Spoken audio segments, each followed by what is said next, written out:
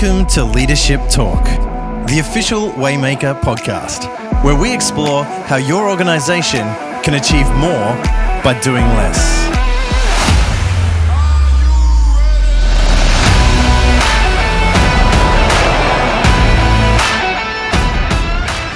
Welcome to Leadership Talk, the official Waymaker podcast. I'm your host, Craig Heineman, and with me is CEO and founder, Stuart Leo. Stu, are you ready? Oh, I was born ready. I was born ready, Craig. Good. You know, I Welcome. Thank you. I went to a kids adventure camp when I was at the tender age of 18 or 19. Right. Did what we call the University of Life. Every young Australian kid, puts their backpack on and heads off to Europe, back to the motherland. And I worked at this adventure camp, 8, 10, 12, 13-year-olds that, it was, you wanted to boost your ego. There's nothing like a 10-year-old pommy kid who, loves neighbours and thinks they didn't have Chris Hemsworth back then, but I don't know, thinks you're a Chris Hemsworth. And we would start every session with, "Are you ready?" And all the kids, we trained them all to answer as loud as they possibly could, "We were born ready." And you know what? It was the coolest thing about it, and there is a point to the story. Okay. Is that I can't wait to hear it. Go. Yeah. Is that it actually it got the energy going. It got all the endorphins and chemicals powering through the brain, good chemicals, and it aligned everybody. It meant everybody was ready to find out the activity that you're about to take them on. Could have been abseiling or horse riding or archery or canoeing in the river or something, and they were just like on the edge of their gumboots, wanting to know where they were going to go for the next adventure, all from that adrenaline. It's interesting that you mentioned that word alignment, Stu. See, because that's actually what that's what we're going to talk about today. Alignment. Oh, how funny! Craig, are you ready? I am. I was born ready. We didn't rehearse that. No, we didn't. See, I am. And see, that's the thing. Ready. The kids would come in, and the first thing you'd teach them is that. Hey. Yep. And because what happens, the first time you do it, they get it wrong, and everybody laughs, and it's a bit funny. And trust me, by day 2, activity 6, everybody's just like rah and super excited. And sadly, we don't really treat employees like that. We don't fire them up. And I'm talking collectively, the world often. Yet alignment is the secret sauce to a winning organisation. There we go, segue. And that, I think, was part of the secret sauce to those kids having a good time by throwing themselves into that daily activity.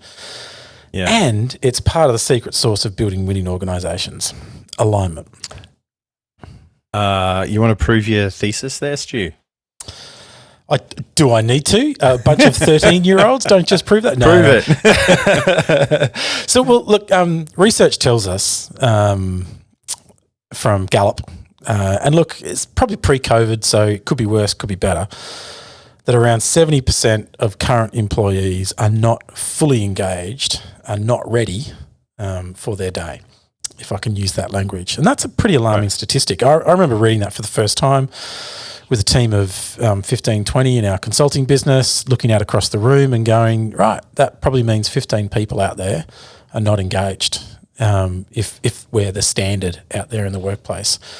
And some days we might have been better and some days we might have been worse. So that's a lot of people. That's a critical mass that are not actually engaged. And that's a huge problem. And Jim Collins and his co-writer, Jerry Parra, wrote this awesome quote, which I love. Building a visionary company requires 1% vision and 99% alignment. Building a visionary company requires 1% vision and 99% alignment. That's, it's pretty bleeding obvious. Big call. Well, it is a big call, but it kind of is a bit obvious. And I think this is where a lot of organisations get it wrong. They think that if people know the vision and understand the vision, then they're aligned to the vision, and that's just BS, really. And that's why it's just so poorly done out there in the marketplace. So, what does alignment look like? What does it look like? Well, that's a good question. Think for yourself. And I think we've all had these moments. I can think of them where you've been a part of a team, a team within a team, a unit, a business, and it's kind of just clicked. It's kind of just worked. There's a couple of moments in my life I can look back on and go, man, like that. If I could go back to that moment, man, we were rock stars. We were just we were killing it. And it wasn't that it was just one person killing it in the team and everybody riding off their coattails. It was a number of things that were coming together. And, if you're thinking about that moment, I hope you can think of a moment. If you can't, then you've never experienced it, where you enjoy work. It's not easy. It's still hard. There's still the daily challenges. But somehow, as a part of a team, stuff just happens. Success is there.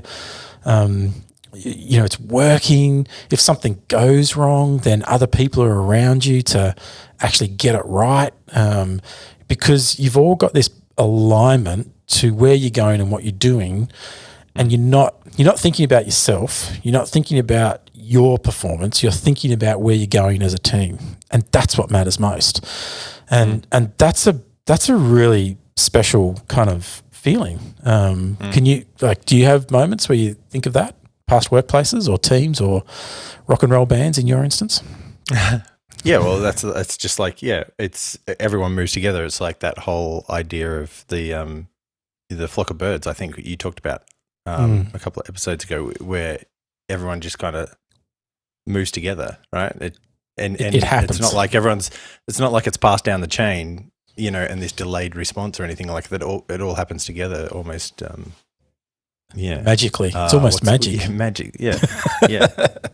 Well, so if it's so important to an organization, 99% important, and 70% of people say that they're not fully engaged, why don't more people do it? Why don't we invest more in that area? Well, I think the simple answer is it's really, really, really hard.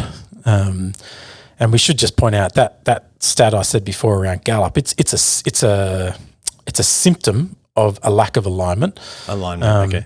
Yeah, so 70% not engaged would tend to indicate that they're also not aligned. Not aligned. Yeah. Now they could be and just don't believe or don't care. That's always entirely possible too. But it's just a symptom of the underlying root cause, and that underlying root cause is alignment. And I think it's really hard because it's a complex problem.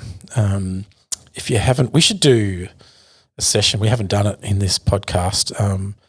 There's a wonderful guy, Professor David Snowden, who has the preeminent world-leading framework on problem solving, where he talks about simple, complicated, complex, and chaotic problems. Do yourself a favour, just Google that. That's for free. He's a legend. And the point here is complex problems are different from complicated and simple, because complicated is linear, simple are just best practice, complex have many moving parts. And many moving parts means you can change one thing, but all the other things don't always react logically, or what appears to be logically, because there's indirect and direct influences. One activity might be connected to two or three other activities. One of those other activities may or may not be connected to two or three or four or five other activities. That's complexity. We see these sorts of problems like climate change, pandemics, human behaviour, cultures. Cultures are complex. Not everything is connected. So alignment is a complex problem. It's not solved by just doing one thing. A lot of leaders think that, go and sell a great vision. Let's go back and recast vision, get everybody aligned. Well, that's probably not going to be that effective, because alignment is a result of clarity of vision, clarity of marketplace, clarity of ideal customer, clarity of how we make money through our business model, clarity of our strategy, clarity of how we acquire customers and service them. It's clarity of how we treat employees and our culture, and so many other things. And it's clarity of what matters most today, tomorrow, this week, next month, next year. And that's really hard. That's really like, let's be real around the problem. Once people have all that clarity, then it's still about buy-in, isn't it? Exactly. At the end of the day, you can know all that. Just like I'm clear as I'm clear as day, but I think this still stinks. Well, hopefully you go. Hopefully you're gone by then. But I think so the other complexity in all of this, and you can go back and listen to the last episode, is that we live in 4 dimensions. Nothing stays still around us. So all of those complex activities are changing. Well, today we acquire customers like this, but man, like Facebook just changed its algorithm. Apple just updated its iOS. A new law has come out. Something's happened. Well, that's change. And that change affects something going on. So it's really complex. And so we shouldn't, we shouldn't talk glibly about this. And I think it's why Peter Drucker, I'm dropping a few quotes today. This is cool. I sound educated. It's excellent. We love Peter Drucker. Can I see these on the Instagram later this week? Can I see this Pete Drucker one? Yeah, you can.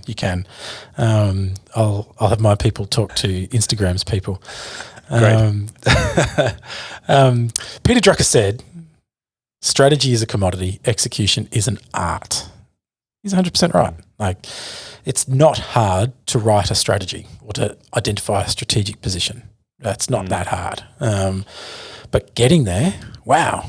I mean, there's a reason why it took hundreds of years for Sir Edmund Hillary and now this is really... I'd love to help you here, but history's not good for me. The Sherpa. You talk, I'll Google. Yeah, because he deserves equal recognition because I'm gonna say all right. So there's a reason why Hillary and his best mate I'm going Tenzing Norgay. Thank you, Tenzing Norgay. It's a hard name. Off the top of my head. Off the top. Well done, Craig. You're an educated man. Yeah. Craig Google Heinemann. There's a reason why Edmund Hillary and Norgay. Yep. Tenzing Norgay. Tenzing Norgay. Thank you. Yeah. Took so long to get to the top of Everest. Like, setting the strategy to go, right, we're going to attack the top of Everest and we're going to get there, and we think there's maybe 8 base camps on the way up. Fantastic. Like, they didn't do it on the first attempt. It's really hard. And they had to align many things. They had to align weather. They had to align people. They had to align training. They had to align equipment. They had to align support staff and team. There's a lot of moving parts. It's a lot easier today because we can look at how they did that. We can look at the strategy of that, follow in their footsteps and do it, and there's a lot less art. But if you're going to be a winning organisation, you actually need to not follow. You need to lead. You need to go and do something that other people haven't done before. It might mean some of the things you do have been done before, but you need to go and do things that haven't been done before. You've got to be different. You've got to deliver different value. You can't be the Milli Vanilli of the 1980s rock and roll industry. Thank you for getting that. No, I got it. Yeah. Thanks. For our younger listeners, Google that one. Google that one. There's your cue. So strategy is a commodity. We can put a plan out there. We can set our vision. Executing and actually getting it done is really, really hard. And so, so if you do it because it's so hard, and even once you've got it, it's hard to hold on to it. So we really wanted to attack this with Waymaker because, if you go back to some of those early podcasts we did, there were those 8 big observations that wildly successful companies did. Yeah. Clarity, alignment, focus, maturity. They were the first four, I think. I should know. And there's a reason why clarity comes first and alignment comes second. The first thing to get right is clarity of who we are and what we do. The second thing to get right is, once we've got that clarity, aligning everybody to it. So as an organisation grows and classic movement of, you're in a small startup of 3 or 4 or 5 people, you've all got deep clarity, you've all got deep alignment. You suddenly start growing and you chuck 5 or 10 staff on top. Well, no, you don't have alignment, because now the critical mass does not have the clarity you had or you have. And so that alignment piece needs focus. And so we built roadmap for organisations of many sizes to get better at alignment. And so roadmap is Waymaker's solution to the alignment problem, yes? Yeah, you could call it the arrowhead. All things working together. If you're building clarity, if you're growing together, if you're executing with clarity through your OKRs, then they all lead to alignment. But alignment really finds its arrowhead in the roadmap module. So the 3 big modules of Waymaker, the diagnostic, that's basically, do we have clarity? Do we have maturity? What level? What have we got to do? That's going to raise a whole bunch of ideas. Mm-hmm. The roadmap is where we start to drop those ideas in, and the roadmap is where we begin to put a flag on the hill out in time, but also answer the question, the most important question, the question of action in the Waymaker toolkit. What 1, 2 or 3 things that, if we deliver in the next quarter or half, shift the needle on this organisation? Yep. That is the alignment piece. What happens mostly, and as I've been working with organisations for a long time now, and I've done it myself and I've witnessed in others, is the organisation sets some strategic objectives, and suddenly those big rocks end up on the CEO's shoulders or the CFO's shoulders or the COO's shoulders or the GM's shoulders. And really the rest of the organisation just goes and does business as usual. And they're kind of like, oh, cool, we're back to our day job now. Isn't that nice? Johnny Smith over there, he's got that big rock that's going to transform this organisation. Keep going, Johnny. Good on you. Well done. High fives. How you going? Can I buy you a beer? Meanwhile, Johnny's like, why is one person working on the one thing that's going to move the needle for 99 other people?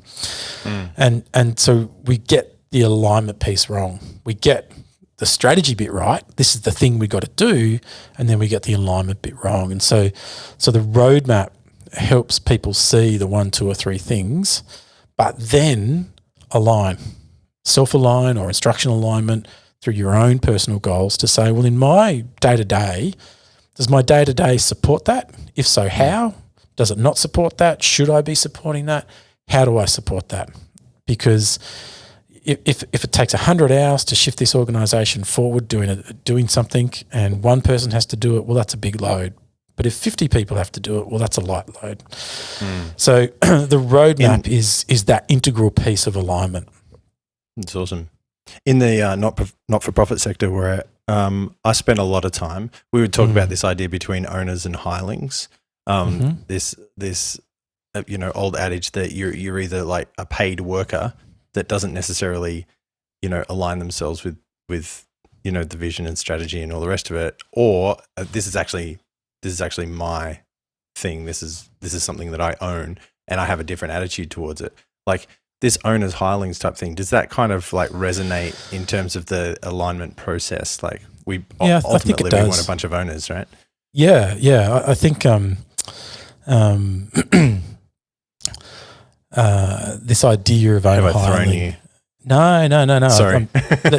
Let's just press in on that for a moment, because that's ownership, alignment. They're complex. They're connected. You can't have one without the other. And so if you're there just to do your job and walk out, you're probably not aligned. You're probably just picking up your paycheck. Does it mean you're not doing what you've been asked to do? No. But does it mean that you're aligned in the sense that something changes around me, therefore I adapt, therefore I move? The wind has changed, so I reset my sail. My job might say do X, but something around me has changed, which requires me to do X plus Y. Well, hey, I did my job. We've all experienced that at times. We've probably all done it at times, to be frank, too. And so, you're right. There's this sense of ownership, Highling, kind of. It's not a bad way of dividing the sheep and the goat, so to speak. I think, excuse me. I think the thing to press on in this is that when we've worked in teams where the majority of that team has a sense of ownership, that the job description is secondary to what's needed to get done. And I love military examples because they highlight the need because it's very real. When you have a team of soldiers working together, if they're not working together, guess who dies? Everyone. And if they are working together, well, guess who survives? Everyone. Well, everyone should. And so you see those mentalities played out so well. I think Jocko Willink, I can never pronounce his name right. He talks about this principle in his book Extreme Ownership. A great book. If you haven't read it, go read it. Of cover move, and the first thing they teach a soldier is for two people to do cover move. One person shoots while the other person moves. Then you swap, and two people can take over a number of people. That's alignment. Two people working in alignment, doing two different jobs, but working together, getting the job done. And that's the big idea here. Your job description might say, I'm a soldier, I shoot. That doesn't mean I run. Well, no, hang on a minute. You do what you need to do. If you stop doing what you're doing, the other dude gets shot, and what happens then? Well, you get shot too because you can't respond. So, I think this idea of alignment is tightly integrated with ownership. It's tightly integrated with clarity. It's tightly integrated with working to your skills and also your specialties. Sometimes you've got to do more than one thing. And it's also aligned to this idea of exploration. When you take the diagnostic in Waymaker, one of the mindsets that we might label you as you come out through the diagnostic, and when we talk about transformative mindset, we have four mindsets that the psychographics will pick up. They are explorer, dreamer, organizer, or transformer. And the mindset of the dreamer is we have big ideas, but we never put in place anything to help us get us there. The organizer is we actually just do like organizing, but we don't really have any big ideas. So, that's those two play attention. And then the other two, explorer and transformer. The explorer mindset is driven by curiosity, that youthful adventure. We're just going to explore. We're going to hack our way forward. And the transformative mindset is we've moved from being youthful and maybe hacking our way in alone or as a small team to now being transformative. We can now do this as a whole team. And so one of the measures of moving from explorer to transformer is that ability to do it with alignment, to transform at scale, to see change happen across an organisation, not just in one part. Does that make sense? Yeah. And I probably got sidetracked there, but yeah, no, and I think that you've proven your point that alignment's really important, Stu. So let's get practical let's get practical for a second. Like, how would a business leader or team begin to attack this idea of alignment in their organisation? I like the example I touched on last podcast, and I'll use this to highlight the two narratives. That example was NASA putting a man on the moon. So JFK, should have a clip of JFK saying his famous speech, by the end of the decade, we will have man on the moon. That was the vision. You know, the whole country got behind this vision that was visionary. We are going to put man on the moon. And you know, in terms of the cost of that, happy to be proven wrong on this number, but it was something like, I thought it jumped up to something like 20 or 25% of GDP went to this purpose. So that's an enormous amount of money in the US GDP. I could be wrong. Happy to have somebody prove me wrong on that number, but it was something astronomical. And the number 25 comes 25, 25 billion is the 25 answer. Okay, all right, okay. So that may be where I was getting.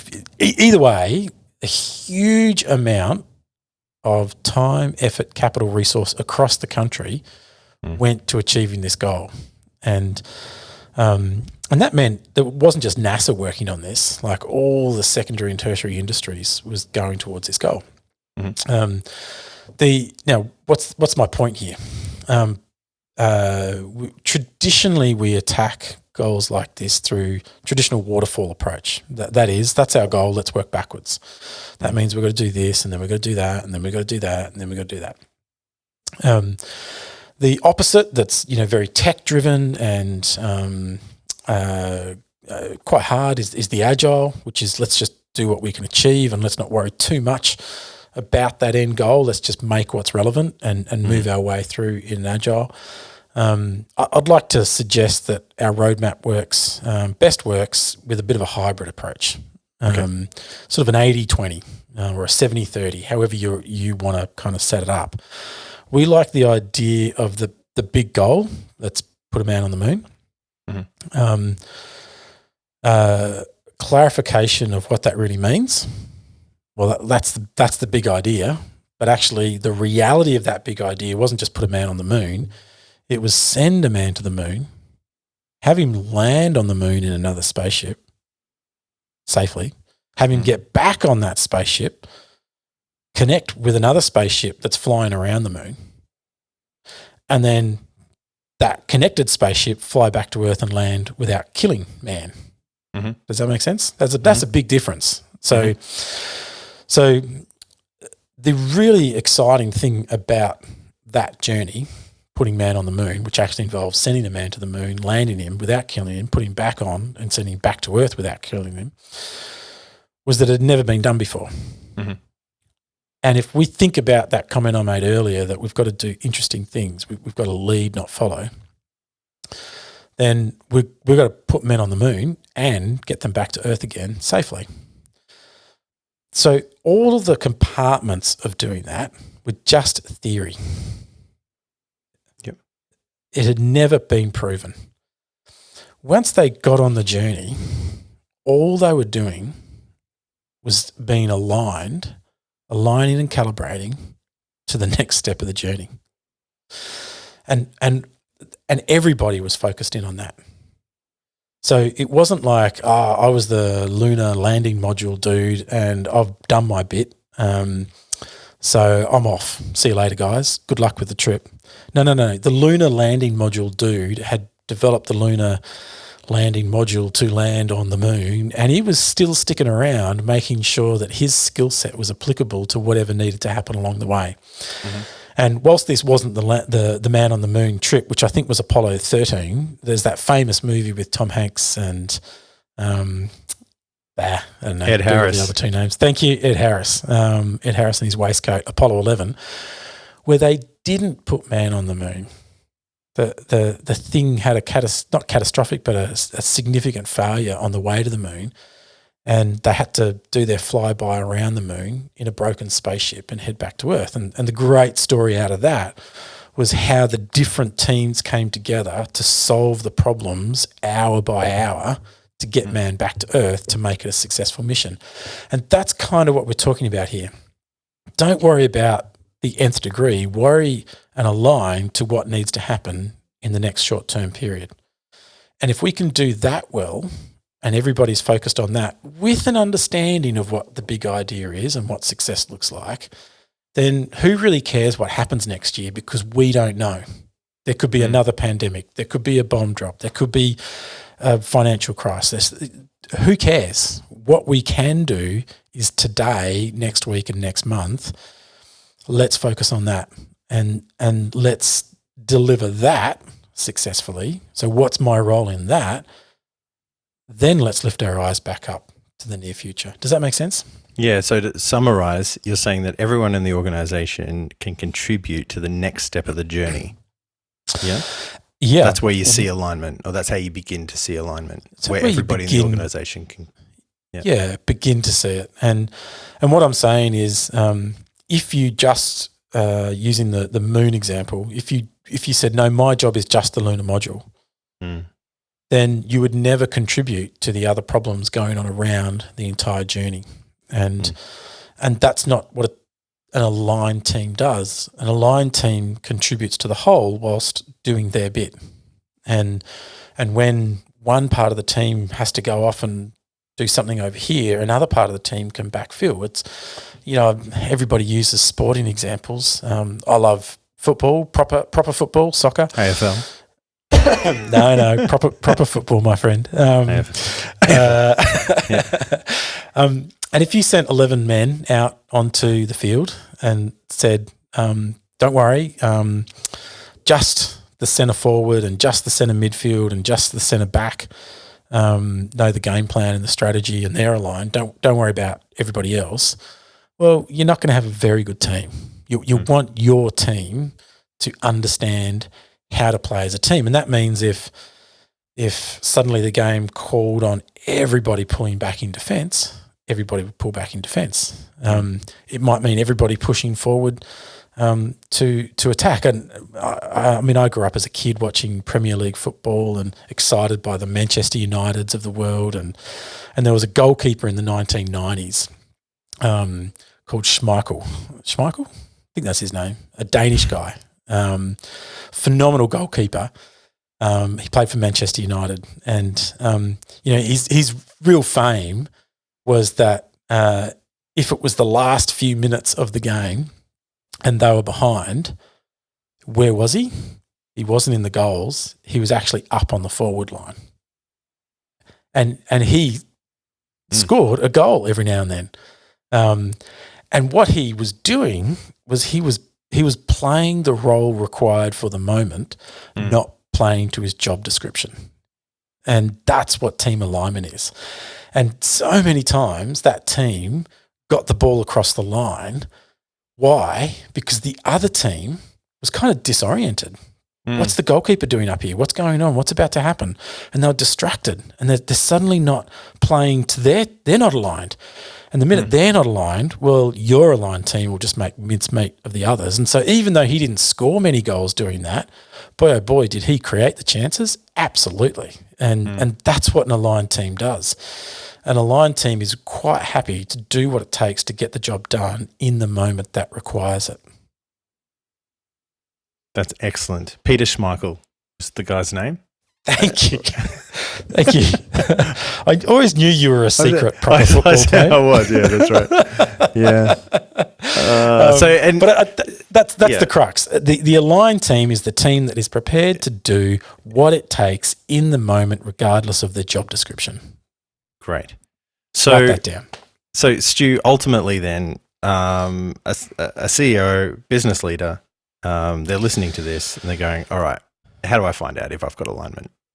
Yeah, well, if you don't have it, you know. So there you go. There you go. If you think you've not got it, you've not got it. You've not got it. Yeah. There's no BSing your way through that. So how do I begin to start getting alignment? Get it? Well, yeah. We offer a solution. Oh, yeah, we do. No, it sounds so cheesy when we do it. It does, doesn't it? No, in reality, look, if you're a business leader, a team leader, and you think you haven't got it and you want to get it, start with the Waymaker diagnostic. Run your team through it. It's like 20, 30 minutes. What will drop out will be insights. Google for a Waymaker coach or talk to us. We'll put you in touch with advisors or help you through that. But really, the first steps is in clarity of role, clarity of team, clarity of where we're going. But even without a lot of clarity, you can start to build the alignment piece. And that alignment piece will come from, okay, where are we going, but what matters right now? How do I contribute to that? And what are other people doing? And when you know that, you have the agility. You have the agility to duck and weave. It's like I mean, we've I don't want to demean your reputation by me saying we've played in some bands together, because it's just not good for you, dude. It is true though. But it's like that moment if you're like playing some tunes around the campfire, or playing in a band, and somebody's doing something, and the other players are creating the space. They're choosing not to play, or they're playing something else. They're filling out the lower end if the higher end is going. There's that moment where people are working together, regardless of what the music says, to make the sound. That's alignment. And as we take that trip down memory lane, did I just embarrass you? It's probably good. No, not at all. It's probably a good time to wrap this one up, Stu. Probably. It's good talking about alignment. I'll go pull out some jazz albums and listen to people doing it well. Yeah. But you mean that I was no. We better finish this fast. Yeah. So jump on Waymaker.io, sign up for a free trial, take the diagnostic, start to figure out how you can best get alignment in your organization. And look, this is just one of the ways that we can encourage you to achieve more by doing less, which is what we're talking about here on Leadership Talk. So thank you so much for listening. Make sure you subscribe if you haven't already, and we'll talk to you again soon.